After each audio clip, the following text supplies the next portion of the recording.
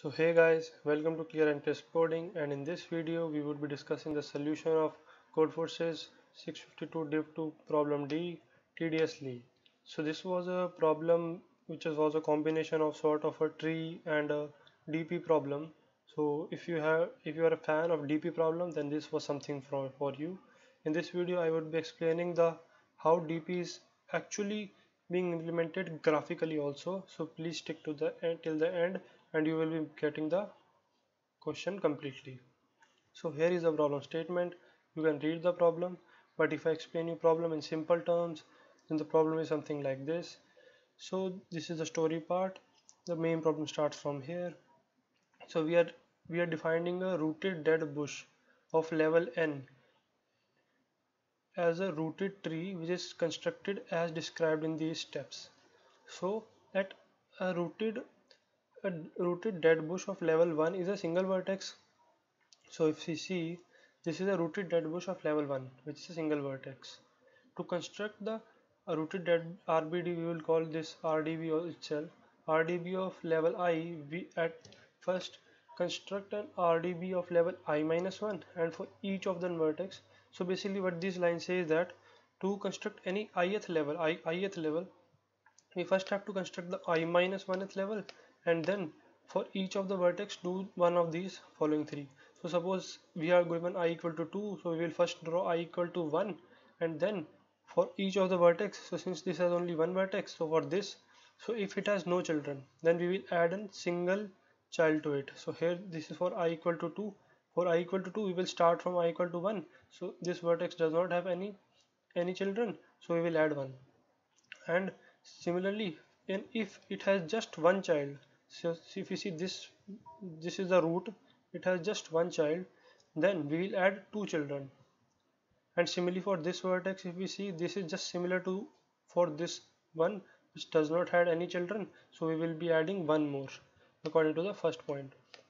And the third point is that if the any vertex has already had more than one children, then we will just skip it. So in this, so if we see that this is given for I equal to 3, so for I equal to 4, if we have to draw, then for this one is a root. If we see that it has 3 children, so we won't do anything on it. So now here we are defining a claw. So a claw is some structure like this which has one root vertex called the center, and it has 3 children. So these can be anywhere. So suppose if 5 had 3 children like this, so this 5 would also become a claw. Similarly for 3 and 6, so 1 here is already a claw. And so we are given a rooted dead bush of level n with initially all the vertices are colored green. In one move, we can choose a claw like this and color all these 4 vertices to yellow. So for this given n level tree, we have to find that how many maximum colored yellow vertices can we achieve. And since this number can be very large, so we have to print this modulo with 10 to the power 9 plus 7. So here is some sample input and here is a given graph. So now let's just move to the explanation. So here is the explanation start. So I have just drawn the RBD for level 1, 2, 3 and 4 and so on for the higher level. So we will be discussing each of them one by one.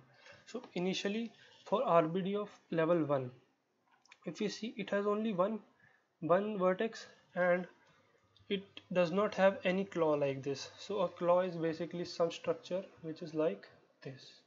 So it does not have any claw. So the answer for this, that means all this node was initially green color, so we can only color all these type of structure to yellow. So that means all this would be yellow. So for this we cannot make any vertex a yellow, so the answer for this would be 0. So now let's move for I equal to 2. It is something like this, because since this vertex had no children, then we add a single edge to it. Since this vertex did not have any children, so we added a single edge to it. So this is for I equal to 2, that means 2 level. For 2 level, if we see that this type of a structure is missing here also, so we cannot form this type of structure. So initially, since this all was green, so it would be remaining green, so answer for 2 would also be 0. So now let's move for I equal to 3. Here the interesting part begins. Here we start finding that this 4 vertex resembles this type of a claw. That means initially all of these were green, and if you see that these 4 are almost resembling the claw, so we can color this and this 4 vertices to yellow. So the answer for this would be 4. So here we have found some answers. So now let's see basically for how long can we observe. After some point we have to come to some conclusion that, or find some pattern which is happening.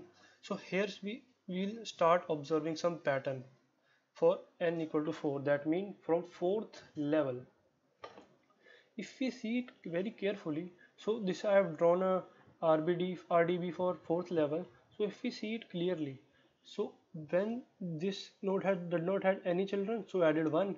This do not had any children, so we added 1 children. This had already 1, so we added 2 children according to the question.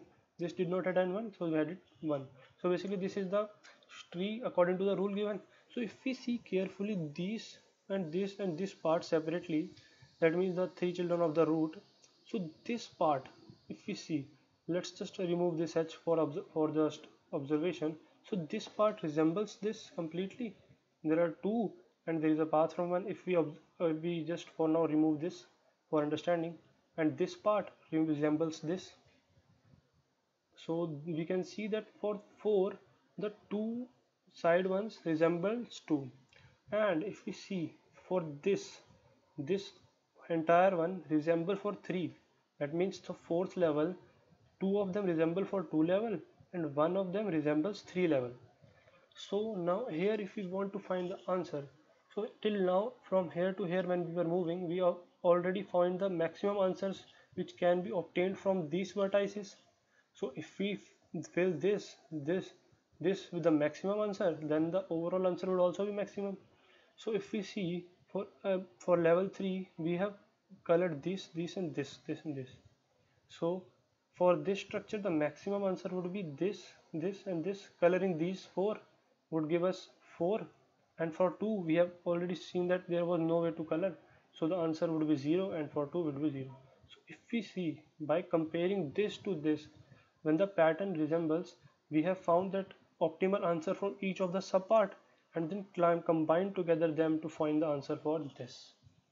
So for answer for this is 4 also. So now let's move to a bit or more bigger problem, and we will be having more better observation then. So if we see for fifth level, here the things would start becoming more and more clear. So if we see for 5th level, we have this part which resembles exactly the 3rd part.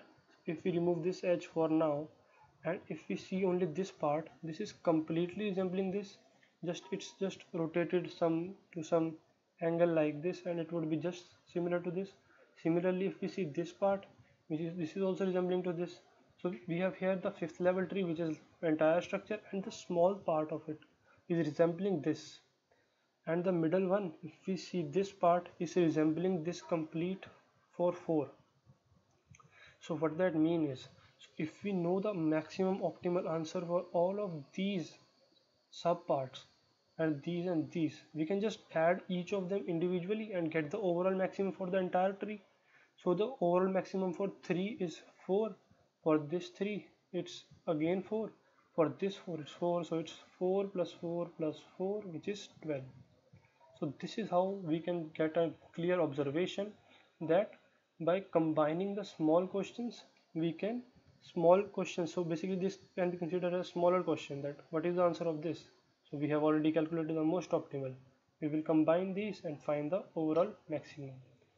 So now here when we move to the 6th level, so it was a really difficult task to draw it. So and we can able to visualize based on observation, and we can able to get the answer for this. So if we see in this part how many, so let's just come back to level 5 and zoom in. So how many of these vertices were colored? So initially all of them were green, so how many were colored from green to yellow? So if we see in this sub part of 3, these 4 were colored, this and this was colored.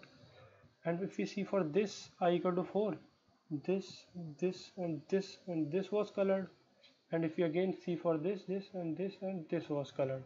So basically you have 1 2 3 4 5 6 7 8 9 10 11 12. So basically 12 of them were colored with were changed to yellow. So for 6, if we see in 5 how many of them would be colored. So in 5, if we will count that answer for 5 as 12, that means this after this node the structure would be just like this.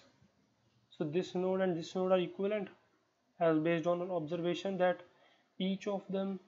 So basically what I am saying is the observation is that for 5, so the left and right was 5 minus 2, that was 3, and the bottom one was 5 minus 1, which was 4. So if I just basically, first of all, let me just draw a general tree. So if we consider the ith level, then the construction is just something like this.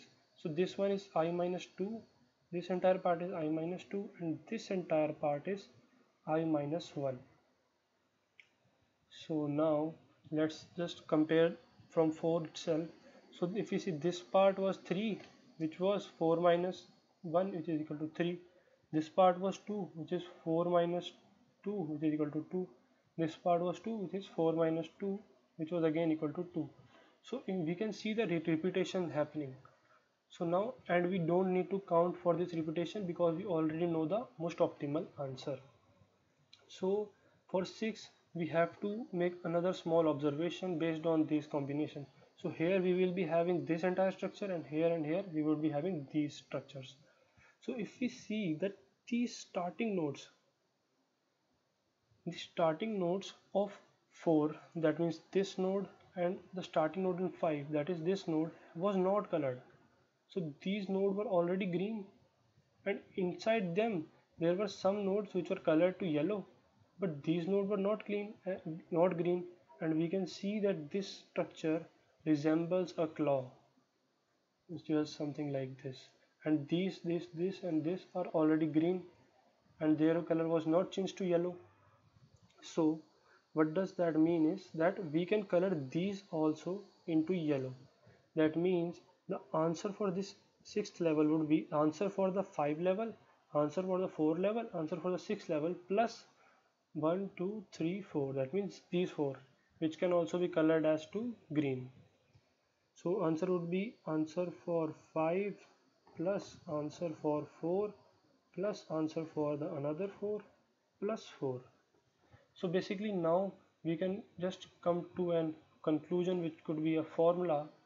So basically if we will do this process recursively, and after some point we will be finding that a of I, a is just considered as to a answer, is equals to a of I minus 1 plus twice of a of I minus 2.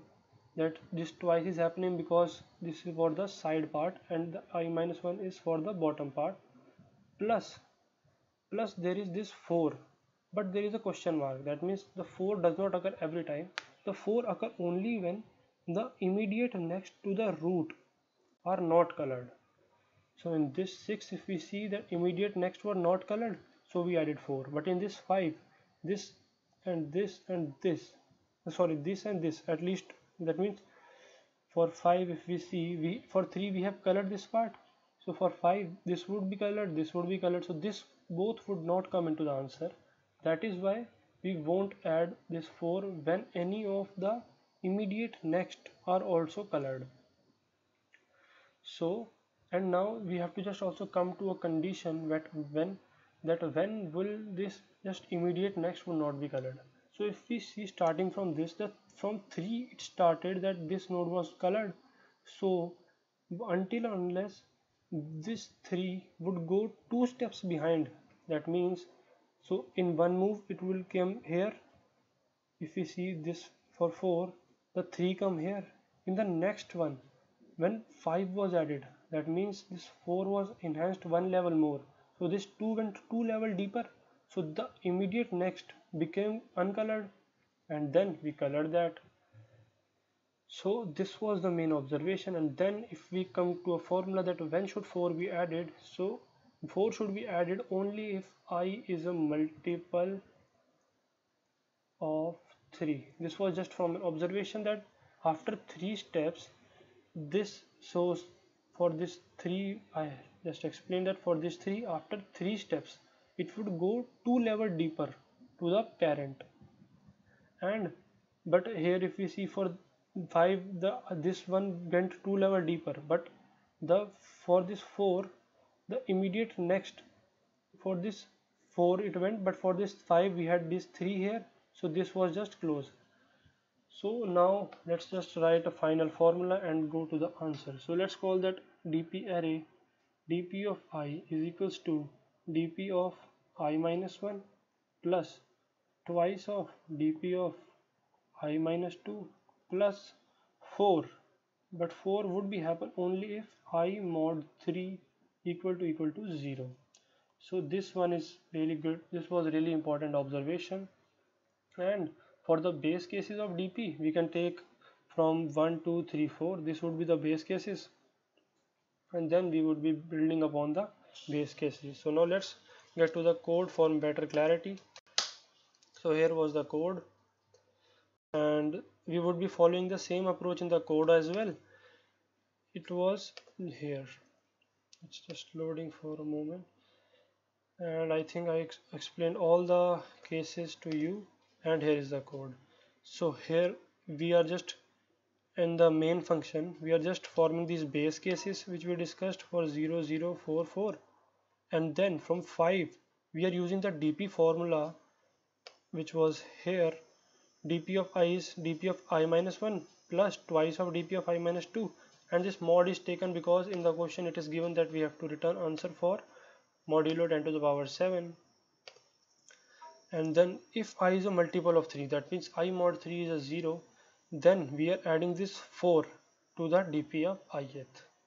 Then we are calling this solve function which will take the input, that means it would take n and it would return just dp of n, which would be the answer for the nth query. So this was the entire code and this was the entire visual representation.